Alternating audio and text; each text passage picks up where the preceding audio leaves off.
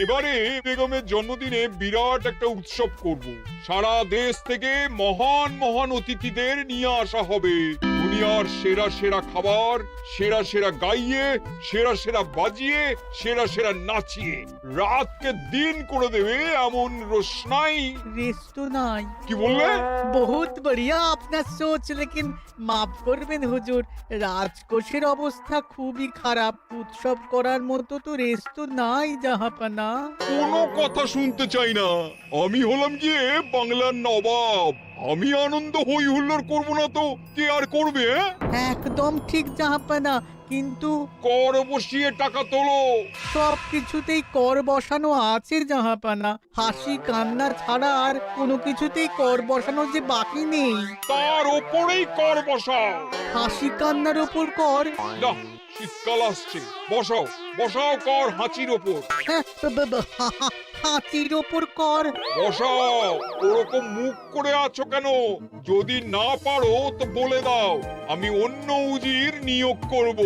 আমি আজই ঘোষণা করে দিচ্ছি, এবার থেকে হাতির ওপর কর দিতে হবে। হ্যাঁ, তো জানাব, এতে প্রজারা যদি ক্ষুব্ধ হয়? আরে বাবা, প্রজাদের কাজই তো মাঝে মাঝে ক্ষুব্ধ হওয়া।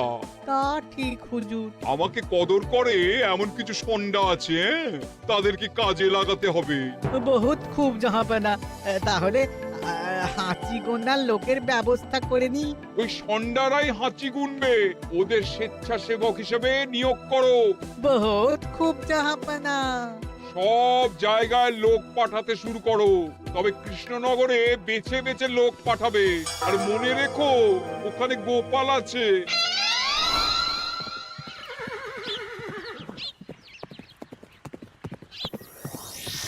সব জায়গায় কর আদায়কারী পাঠিয়ে দেওয়া হয়েছে জাহাপানা। আপনার কথা মতো তাদের বলে দেওয়া হয়েছে যে আদায় হওয়া করের 10% তাদের বেতন হিসেবে দেওয়া হবে। সুতরাং কর আদায়ে কোনো ঢিলেমি হবে না। বহুত আচ্ছা, বহুত আচ্ছা।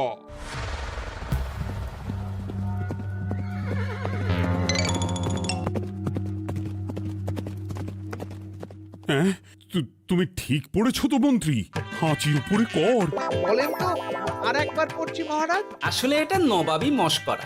আমাদের নবাব যে খুবই রসিক মানুষ তা তো আমরা দেখেছি। বারবার কৃষ্ণনগরের সঙ্গে রসিকতা করতে গিয়ে হাঁড়ি ফেটে রস একেবারে মাখামাখি হয়েছে, আর সারা গায়ে পিঁপড়ে ধরেছে। মস্করা নয়, একদম সত্যি কথা। হাঁচির উপরে কর বসানো হয়েছে, আর আমরা হলাম নবাবের খাস হাঁচি গোনার দল। আমরা এই কৃষ্ণনগরে থিতু হয়ে বসলাম বটে।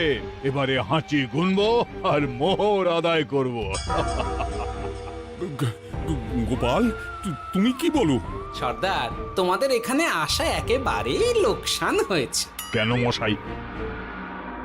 আচ্ছা, আপনি গোপাল? না না, আপনার কোনো কথাই শুনবো না। আমাদের বই বই করে বলে দেওয়া হয়েছে, গোপাল হইতে সাবধান। সর্দার, আমি তোমাকে সাবধান হতেই বলছিলাম। হাঁচি ধরতে গেলে তোমাদের খুব সতর্ক থাকতে হবে, কারণ এই কৃষ্ণনগরের বাসিন্দাদের শরীর স্বাস্থ্য এত ভালো যে এখানে কেউ হাঁচে না, কাশে না, ঢেকুর তোলে না, ইয়ে করে না। বলেন কি মশাই? এটা তো নবাবকে জানাতে হচ্ছে। যাও যাও, এক্ষুনি মুর্শিদাবাদে ফিরে গিয়ে নবাবকে জানাও। ওরে, কেউ এদের যাওয়ার ব্যবস্থা করে দে। ওই তো হেঁচেছে। হাঁচি এক, পুরো এক মোহর। হাঁচি দুই, দুই মোহর। আরে, এটা তো হাঁচির বাচ্চা, এটা তো ধরলে চলবে না। কেন? হাঁচি হলেই তো হলো। কি করব সর্দার, লিখবো? দেখ, একবার গুনে যখন ফেলেছি পুরো ছাড়তে পারবো না। আধমোহর লেখ। এটা কাশি, কাশিতে কোনো করের কথা নেই। লেখ লেখ লেখ লেখ লেখ। হাঁচি তিন, পুরো এক মোহর। হাঁচি চার,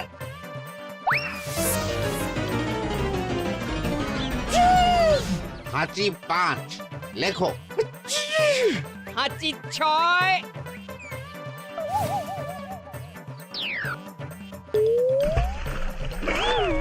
যা যা কি রে, শুনেছিলাম কৃষ্ণনগরের মন্ত্রীটা মাথা মোটা, প্রমাণ হয়ে গেল। জল থেকে উঠবে যখন ঠান্ডা লেগে হাঁচি তো আরো বাড়বে। জলে বুড়ুবুড়ি উঠছে, বেটা জলের তলায় তলায় হাঁটছে, হাঁচি সাত। এখনো তো ফিরলো না, বেলা গড়িয়ে দুপুর হয়ে গেল। ভাববেন না রাজামশাই, আমরা যারা যারা এখানে এসেছি সবাই ধড়িবাজ লোক, মন্ত্রীর হাঁচি নিংড়ে নিয়ে ফিরবে। ছি ছি ছি ছি ছি ছি ছি ছি ছি। কি হলো গোপাল? আমরা কৃষ্ণনগরের প্রবাদ প্রতিম আতিথেয়তার অসম্মান করেছি মহারাজ। কেন? কিভাবে? কখন? এখন মহারাজ, এখন এনারা সেই সুদূর মুর্শিদাবাদ থেকে এসেছেন, আর আমরা এতক্ষণ শুধু অন্য কথাই বলে চলেছি, এনাদের আপ্যায়নের ব্যবস্থা করিনি। তাই তো। মহারাজ, আপনি ব্যস্ত হবেন না। এই কে আছো? শোনো, এদের রাজ অতিথিশালাতে থাকার বিশেষ ব্যবস্থা করো। এদের খাবার যাবে মহারাজের পাকশাল থেকে। এদের সব সুবিধে অসুবিধে দেখার জন্য দাস দাসী নিযুক্ত থাকবে। চলো হে চলো। আরে দাঁড়াও সর্দার, হ্যাঁ বলুন। তোমাদের তো আবার গোপালের কথা শোনা বারণ। আমার ব্যবস্থায় বোধহয় তোমরা থাকবে না। বাদ দিন তো, আসলে ভয় ছিল আপনার বুদ্ধিকে, আর ভয় নেই। কেমন আগু পিছু বিচার না করেই বলে ফেললেন এখানে কেউ হাঁচে না। বুঝে গেছি, আসলে গোপাল হলো গল্প। চলো হে চলো, ও বড্ড খিদে পেয়েছে। প্রহরী, এই সর্দারের দলের বাকি লোকগুলো এলে এদেরকেও অতিথিশালায় নিয়ে যেও। হ্যাঁ, আচ্ছা।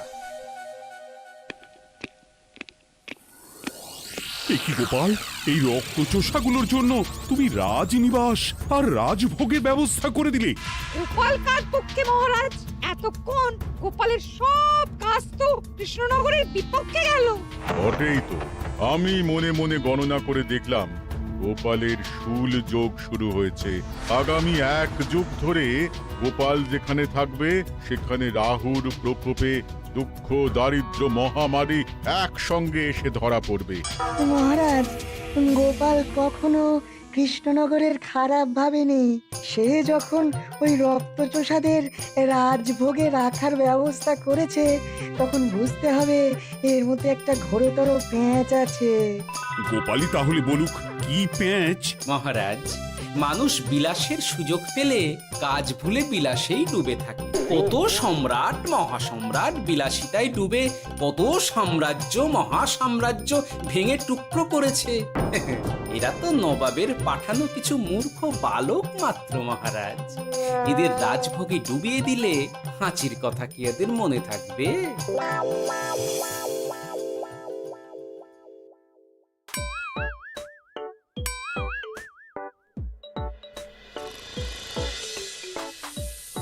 কি ব্যবস্থাপনা সব ঠিক আছে তো? হ্যাঁ হ্যাঁ, খাসা ব্যবস্থা হয়েছে। আপনারা আমাদের অতিথি বলে কথা, আরাম করুন।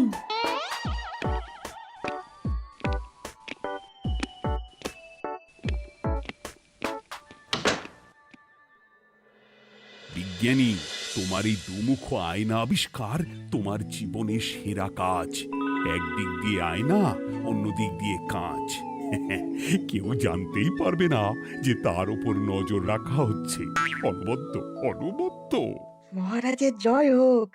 কিন্তু মহারাজ, এই কৃতিত্বের মূল ভাগীদার আমাদের মন্ত্রী। তাই নাকি? হ্যাঁ মহারাজ, মন্ত্রীর দুমুখ কাজকর্ম দেখেই দুমুখ আয়নার কথা আমার মাথায় আসে। মুখ সামলে কথা বলো বিজ্ঞানী। ওরা শুনতে পাচ্ছে। যা চেঁচালেন 20 ইঞ্চির দেওয়াল ভেদ করে ওদিকে চলে যাবে কথা। এই কে যেন কাকে মুখ সামলে কথা বলতে বললো? ওই ওই বাইরে কেউ বলেছে। এই তোমরা সবাই শোনো, অতিথিদের যেন আদর যত্নের ত্রুটি না হয়। আমি আর যাই, কাল সকালে আসব, কেমন?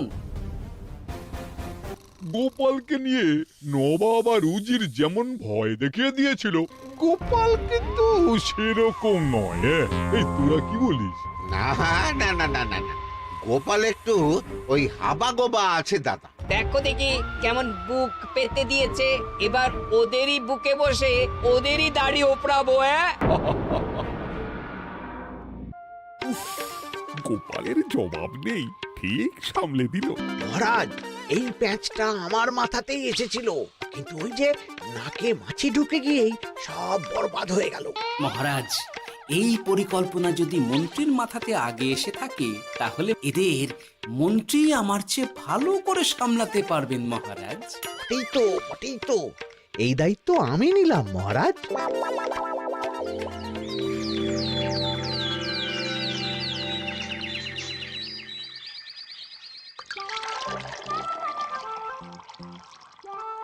আহা, সকালে ঘুম থেকে উঠে এই রকম বেলের পানা যেন স্বর্গের অমৃত। আছে আছে, আরো আছে। পানীয়, খাদ্য, আরাম, আয়েশ, যত চাও তত পাবে। এ কি, আপনি গোপাল কোথায়?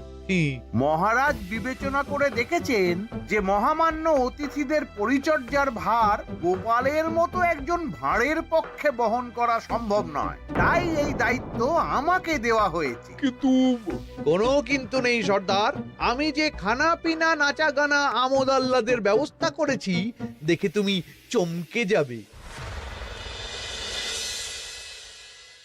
দেখা নয় বিজ্ঞানী, এবার শুধু কাজের সময়। কাল মন্ত্রীর উপর ওদের ভার ছেড়ে দিয়ে কৃষ্ণনগরের যে সর্বনাশটি করেছো, কোনো কাজ করে আর সেটিকে সামলানো যাবে না। হ্যাঁ, আহা, তোমার দেখছি মন্ত্রীর উপরে একটুও আস্থা নেই। ঠিক কি প্যাচ করছো বলো তো? প্যাচের কথা পরে হবে, তোমাকে যত তাড়াতাড়ি সম্ভব হাঁচির ওষুধ আবিষ্কার করতে হবে। হাঁচির ওষুধ? হ্যাঁ, হাঁচির ওষুধ। ওভাবে দেখছো কি বন্ধু? তোমাদের কাজের সব দায়িত্ব এখন আমার কাঁধে। তোমরা আমোদ করবে আর আমি কর আদায় করে তোমার হাতে এনে তুলে দেব। সর্দার, এর মধ্যে একটা চাল আছে মনে হচ্ছে। কি আর আমি বুঝিনি। এখন কি করবে? বিশ্বাস করে আদায় উসুলের ভার এর উপরে ছেড়ে দেবে? পাগল নাকি? মন্ত্রী মশাই, বলো বন্ধু। বলছিলাম আর দেরিতে কাজ কি?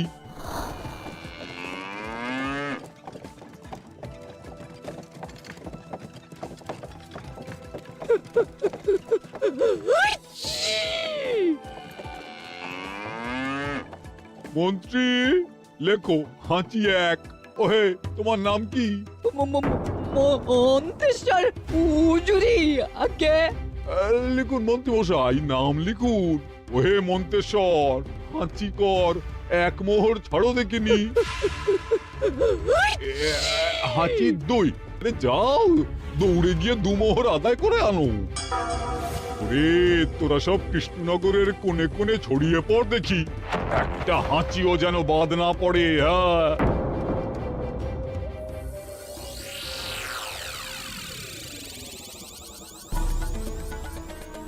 এটা হুজুরে আলাক বর্ধমান, খাম্বাত এবং কৃষ্ণনগর থেকে। চমৎকার চমৎকার। তাহলে গোপাল কিছু করতে পারেনি, আমাদের যুব শক্তি কৃষ্ণনগরকে পুরো নিংড়ে নিয়ে আসছে।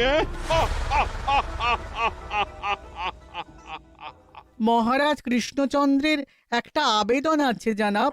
এই হাঁচি করের 30% যদি ওই রাজ্যকে দেওয়া যায় তাহলে আদায় উসুল আরো ভালো হবে। ওরা বলেছে যে আপনি যদি 30% দেন তাহলে কর আদায় একেবারে জান লড়িয়ে দেবে। মঞ্জুর মঞ্জুর। আর একটা আর্জি আছে হুজুর, কৃষ্ণচন্দ্র কদিন বাদে নবাবকে কৃষ্ণনগরে আমন্ত্রণ জানিয়েছে। কেন? কৃষ্ণনগরের নবাব এবং তার উন্নয়ন উপলক্ষে এক মহোৎসব হবে। সেই সঙ্গে শহরে থাকা ইংরেজদের কাছেও নবাবের সৈন্য বলের এবং নবাব ও কৃষ্ণনগরের মধ্যে পারস্পরিক ভ্রাতৃত্বের সম্পর্কের বার্তাও পৌঁছে দেয়া যাবে। নবাবের অধীনস্থ রাজারা নবাবের শত্রু, এই রকম একটা ধারণা থেকে ইংরেজরা ইদানিং বেপরোয়া হয়ে উঠেছে, তাতে লাগাম উঠবে। বহুত খুব, মঞ্জুর মঞ্জুর মঞ্জুর।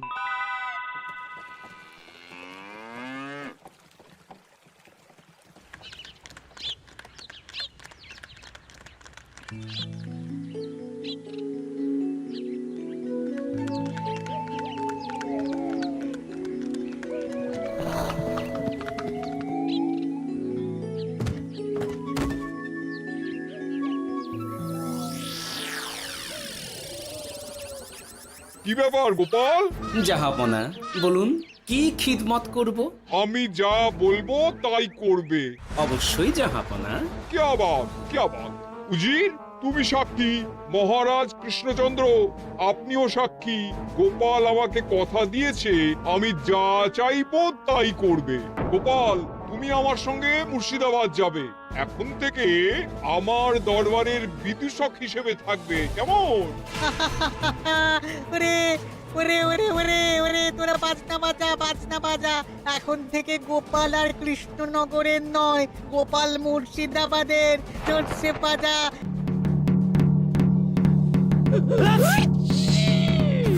কি হলো? হুজুর, মনে হচ্ছে আপনার সৈন্যদল হাঁটছে। হ্যাঁ? হুজুর, হাঁচিগড়ের বন্যা সব সৈন্য 10-12টা করে হেঁচে ফেলেছে। মানে প্রচুর মোহর হয়ে গেছে আর বাড়ছে। আমার হাঁচি গোনার দল একটা হাঁচিও বাদ দেবে না। মোহর রাখার জন্য নতুন পোশাকখানা বানাতে হবে হুজুর। সর্দার, আমাদের হাঁচিগুলো কি খুলবো? হ্যাঁ, নিশ্চয়, একটা হাঁচিও যেন বাদ না পড়ে। চলুন হুজুর, আমরা এখানে দাঁড়িয়ে থেকে আর কি করব? ওরা হাঁচুক আর হাঁচি গুনুক। চলুন নবাব বাহাদুর, আপনার জন্য কৃষ্ণনগরের রাজাতিথ্য অপেক্ষা করছে। হুজুর, আমার মনে হয় আমাদের কৃষ্ণনগরে এখন আর দেরি করা উচিত হবে না। আমরা সোজা শহরের দিকে রওনা হয়ে যাই। শহরের ইংরেজদের শিক্ষা দিয়ে ফেরার পথে আমরা কৃষ্ণনগরের আতিথ্য গ্রহণ করব। সে কি? মহারাজ, নবাবের মতো কর্তব্যপরায়ণ ইনসানকে তার কর্তব্য পালনে বাধা দেবেন না।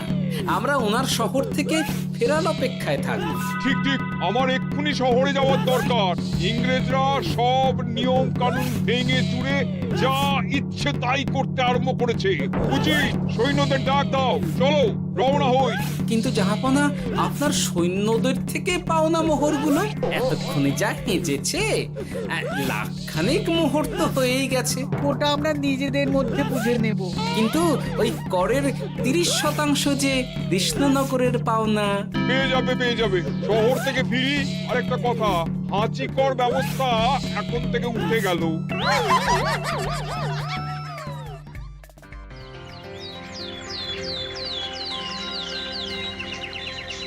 মহারাজ, কিভাবে গোপাল ভাঁড় মহাশয় নবাবের উন্মাদের মতো জারি করা ওই হাঁচিকর থেকে আমাদের সকলকে রক্ষা করেছেন তা আমরা সকলেই জানি। সমাজের তরফ থেকে তাই গোপালকে সামান্য উপহার।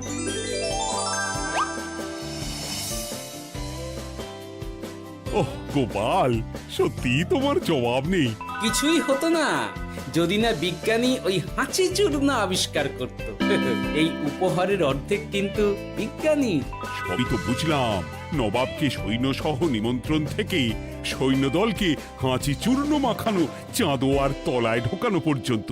কিন্তু চাঁদোয়া থেকে হাঁচি চূর্ণ ঝরে পড়লো কি করে, সেটাই তো বুঝলাম না। এটা তুমি বলো বিজ্ঞানী। শব্দে বাতাসে কম্পন তৈরি হয়। গোপালের হাততালিতে আমার ঘরের শাড়ি থেকে হাঁচির জন্য ঝরে পড়েছিল। এখানে চাঁদোয়া থেকে ঝরে পড়েছিল বাজনার শব্দে। কি ব্যাপার বিজ্ঞানী, তুমি এখন ছেলে খেলা করছো? হাঁচির ওষুধ হয়ে গেছে। মূল উপাদান তামাক, গোলমরিচ আর আলকুশির গুঁড়ো। কাজ হবে? হাততালি দাও। কাজ হলো। ব্যাপারটা কি হলো? ওই শাড়িটাতে হাঁচি চূর্ণ মাখানো আছে। তোমার হাততালির শব্দের কম্পনে ঝরে ঝরে পড়েছে। একবার নাকের কাছে এলে পিঁপড়ের থেকে পিশাচ হাঁচতেই হবে। নবাব যদি বাজনা বাজাতে না বলতো। আমাদের বাজনদাররা তৈরি ছিল মহারাজ। যাক, সবই ভালোই মিটে গেল। যার শেষ ভালো তার সব ভালো। ব্যাস, এখন শুধু একটাই কাজ বাকি। নবাবের কাছ থেকে করে 30% বাবদ পাওনা মোহর মুর্শিদাবাদে গিয়ে নবাবের কাছ থেকে তুমি নিয়ে আসবে। আচ্ছা মহারাজ।